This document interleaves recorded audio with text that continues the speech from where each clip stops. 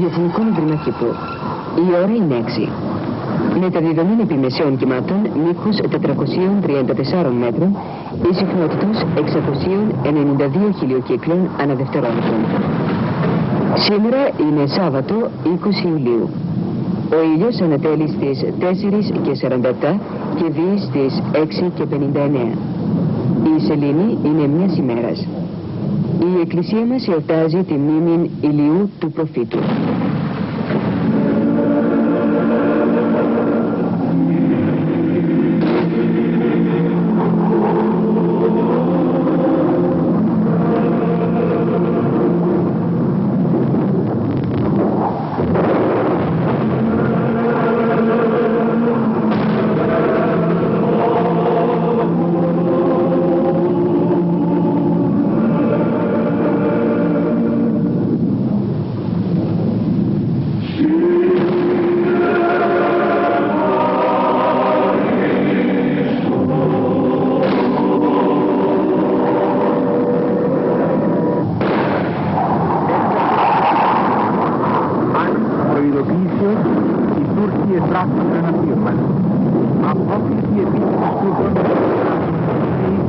Όλων των μέσων μας.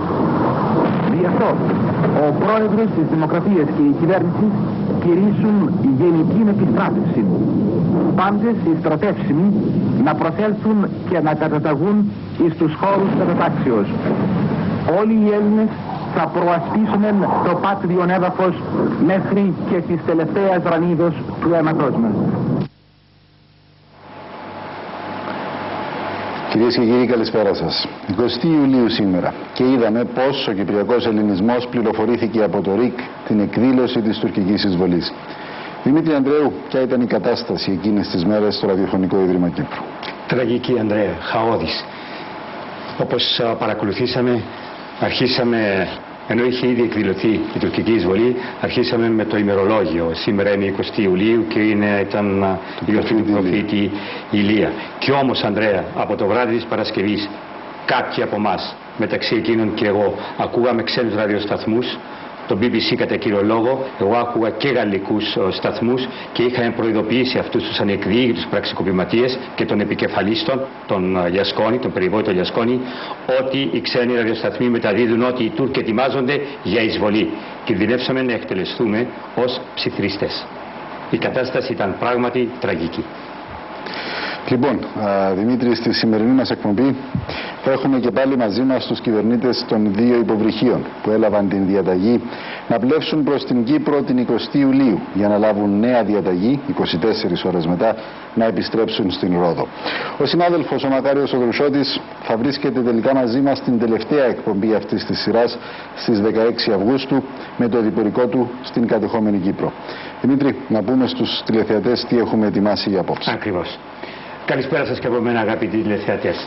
Ποιος να το πίστευε στα αλήθεια πως μια μέρα οι Τούρκοι θα διαβαίνουν, θα εισέβαλαν στην Κύπρο. 26 χρόνια από τότε, από την αποφράδα εκείνη η μέρα της τουρκικής εισβολής και κατοχής, εξακολουθούμε να μετρούμε τις πληγές μας. Και πως το κοντάρι κατά την Πίτρια εξακολουθεί να μένει ορφανό από σημαία. Και πως από την οδύνη των ημερών του 1974 θα βρισκόμαστε σήμερα στη δίνη των καιρών του 2000. Έχουμε απόψε πολλά και ενδιαφέροντα να μοιραστούμε μαζί σας. Όπως είπε και ο συνάδελφος Ανδρέας Χατσίκυριακος, θα βρίσκονται και πάλι απόψε στο στούντιο οι κυβερνήτες των υποβρυχιών Γλάφκος και Νιρεύς, Βασίλης Γαβριήλ και Ιωάννης Παναγιωτόπουλος. Θα προβάλλουμε επίσης ντοκουμέντα των ημερών από την εκδήλωση της εισβολής, της τουρκικής εισβολής, έως και την επίτευξη της εκεχηρίας για κατάπαυση του πυρός. Θα δούμε επίσης την προσωπική μαρτυρία του ιδίου του Χένρι Κίσιγκερ για το ρόλο του στα τραγικά γεγονότα του 1974. Ανδρέα. Η τουρκική εισβολή, λοιπόν, κυρίες και κύριοι, έχει εκδηλωθεί και ο Τζόζεφ Σίσκο, Αμερικανός υφυπουργός εξωτερικών, ξαναπάει στην Αθήνα. Στόχος του τώρα να πείσει την Χούντα να μην αντιδράσει στην εισβολή, να αποτρέψει ένα ελληνοτουρκικό πόλεμο.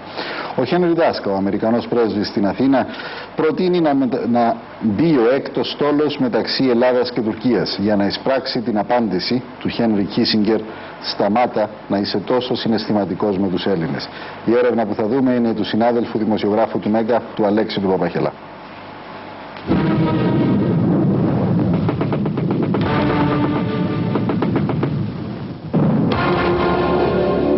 Λίγες ώρες αφού έχει αρχίσει η τουρκική απόβαση, ο Σίσκο φτάνει και πάλι στην Αθήνα. Εκεί επικρατεί πανικός και ανησυχία, καθώς ο ελληνικός λαός μαθαίνει για πρώτη φορά την είδηση της τουρκικής απόβασης. Ο Σίσκο ζητάει και πάλι να δει τον Ιωαννίδη. Βασική του αποστολή αυτή τη φορά να πείσει την Αθήνα να μην προχωρήσει σε πόλεμο με την Τουρκία. Στην Ουάσιγκτον, εντωμεταξύ, έχει αρχίσει να λειτουργεί μια ομάδα ειδικών σε 24ωρη βάση. Όταν ο Ιωαννίδης κηρύσει η γενική επιστράτευση στην Αθήνα, τότε πλέον η ανησυχία είναι διάχυτη τόσο στην Ουάσιγκτον όσο και στο Λονδίνο. Ο ελληνοτουρκικός πόλεμος φαίνεται πλέον πολύ πιθανός. I shan't forget it, yes. I was in bed peacefully sleeping when I picked up the telephone in my apartment and there was Henry on the phone telling me about the coup. About the invasion? About the invasion, I'm sorry, yes. And then I remember you had the difficulty finding a ride to the Foreign Office? I rang up the Foreign Office and telephoned them and said send a car, but I was very impatient and I got dressed quickly, and when I went downstairs it was still 4 or 5 o'clock in the morning. The car had not arrived, so I went out into the main road and flagged down a delivery van. Fortunately, the man recognized me as the Foreign Secretary. I was quite well known in the country. And he did believe me when I said I wanted to go to Downing Street. So I arrived at Downing Street in a delivery van. I met with a group of military people. You mean the Chief of Staff? Chief Staff, Navy, Army, and Tasker. I brought Tasker along. And I went through the discussions in Ankara, and then I shifted gears and said to them that we went through our whole position on this, and what we got, and I can't tell you who because some of the people I didn't even know, but there was a certain amount, not all, of bluster about we're going to intervene militarily, and so on. And I said, one, that in my judgment, they would be foolish, that given what we knew of the strength of the Turkish military forces, that a Cyprus dispute will have been turned into a war between Turkey and Greece. That our assessment was that Greece would be defeated militarily. I said that very clearly. And that I was under instructions from my government to tell the Greek government that we would not support a military intervention on their part. I came away with a distinct impression that there was a division within that group. I was deeply concerned on the first night or two because of the unreasonableness of the Greek officers who ruled the junta regime. They seemed to be rather adventurous people. I mean, Greece couldn't reach anywhere by attacking Turkey, but it would inflict great damage on Turkish-Greek relations. So I prayed to God that such a thing should not happen. Το πρωί της 21ης Ιουλίου, και ενώ η τουρκική εισβολή συνεχίζεται με πολλά προβλήματα, ο Σίσκο επιστρέφει από την Άγκυρα στην Αθήνα. Λίγο πριν, ο Αμερικανός πρέσβης Χένρι Τάσκα είχε συναντηθεί με τον πρόεδρο της Δημοκρατίας Φέδων Αγκιζίκη, ο οποίος του είχε ανακοινώσει την απόφαση της ελληνικής κυβέρνησης να φύγει από το ΝΑΤΟ και να κηρύξει τον πόλεμο με την Τουρκία. Ο Τάσκα ζητάει λίγο χρόνο και στέλνει ένα τηλεγράφημα με αποδέκτες στο Λευκό Οίκο, το State Department και το Πεντάγωνο, με το οποίο ζητάει να τοποθετηθεί ο έκτος στόλος ανάμεσα στην Κύπρο και την Τουρκία για να σταματήσει η τουρκική απόβαση. Ο Κίσιγκερ του απαντά ότι πρέπει να σταματήσει να είναι τόσο συναισθηματικός απέναντι στους Έλληνες. Just south of the British sovereign base, which I forget the name of it, right on the southern tip of Cyprus. At that point, the admiral told me, you go ahead and go. And I said, do you have permission to let me go? Go! So I started around, I got about opposite the eastern tip of Cyprus when I got another call back from the admiral saying, where are you? And I said, well, I'm off the eastern tip of Cyprus. And he says, get back where you're supposed to be. Ο Χένρι Κίσιγκερ, λοιπόν, αγαπητοί θεατές, διαμείνει στον Τάσκα ότι πρέπει να πάψει να είναι τόσο συναισθηματικός απέναντι στους Έλληνες. Στο σημείο αυτό να σας παρουσιάσουμε τους φιλοξενουμένους μας, τον κύριο Βασίλειο Γαβρίλ, κυβερνήτη του υποβρυχίου Γλάφκος, και τον κύριο Ιωάννη Παναγιωτόπουλο, κυβερνήτη του υποβρυχίου Νιρεύς. Καλησπέρα σας. Και ενώ βλέπουμε τι συμβαίνει στο διπλωματικό τομέα, τον Σίσκο, τον Τζόζεφ Σίσκο, και πάλι στην Αθήνα να προσπαθεί αυτή την φορά να αποτρέψει ένα λειτουργικό πόλεμο, να συνεχίσουμε λίγο, αν θέλετε, να αρχίσουμε να ξετυλίγουμε και πάλι το μύτο της Αριάδνης σε ό,τι αφορά τη θέση των υποβρυχίων. Αυτή την ώρα που καταβάλλεται αυτή η προσπάθεια στην Αθήνα από τον Τζόζεφ Σίσκο, τα υποβρύχια και οι κυβερνήτες των τι κάνουν. Και όπως είδαμε και κάτι για τον 6ο Αμερικανικό στόλο, θα πρέπει στην περιοχή να μην είστε μόνοι σας. Ήταν Κυριακή, 21 του μηνός.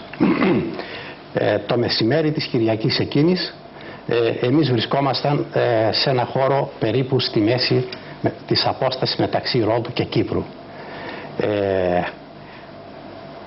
Είχαμε ιδιαίτερα ανησυχήσει μην τυχόν παρεμβάλλεται ο 6ος στόλος, και πριν φύγουμε είχαμε συνοηθεί και με τον Βασίλη τον Γαβρίλ για ενδεχόμενες αντιδράσεις μας. Καταρχήν δεν ήταν στόχος μας ο 6ος στόλος. Η παρεμβολή του 6ου στόλου, αν θα γίνεται περισσότερο για αποτροπή, να μας εμποδίσουν να πάμε, και όχι για εχθρική ενέργεια εναντίον μας. Είναι λίγο τραβηγμένο σενάριο να δεχτούμε ότι θα μας παρεμπόδιζαν με πολεμικά μέσα. Δεν ακούσαμε τίποτε. Μάλλον ακούγαμε κάτι εκπομπές σόναρ των μεγάλων αμερικανικών φρεγατών και καταδρομικών, αλλά σε πολύ μεγάλη απόσταση. Κύριε Παναγιωτόπουλε, σόναρ, για να εξηγήσουμε και στους τηλεθεατές, είναι ο ήχος, η ορολογία που χρησιμοποιείται για τον ήχο που εκπέμπουν πλοία και υποβρύχια στον βυθό. Το σόναρ είναι μια συσκευή η οποία είναι κατεστημένη επάνω σε αντιτορπιλικά, σε μονάδες οι οποίες ερευνούν να εντοπίσουν υποβρύχια, και η οποία συσκευή εκπέμπει ήχο υψηλής ισχύως, ταξιδεύει στο νερό, ανακλάται επάνω στο υποβρύχιο και γυρίζοντας πίσω δίνει εικόνα ότι ενετόπισε ένα υποβρύχιο στην τάδη διεύθυνση και στην τάδη απόσταση. Αυτές οι συσκευές ήταν εξαιρετικά μεγάλες και αποδοτικές, οι αμερικανικές. Ακούγαμε αυτές τις εκπομπές, οι οποίες ακούγονταν και με γυμνό και με το απτή, χωρίς την χρησιμοποίηση υδροφώνων.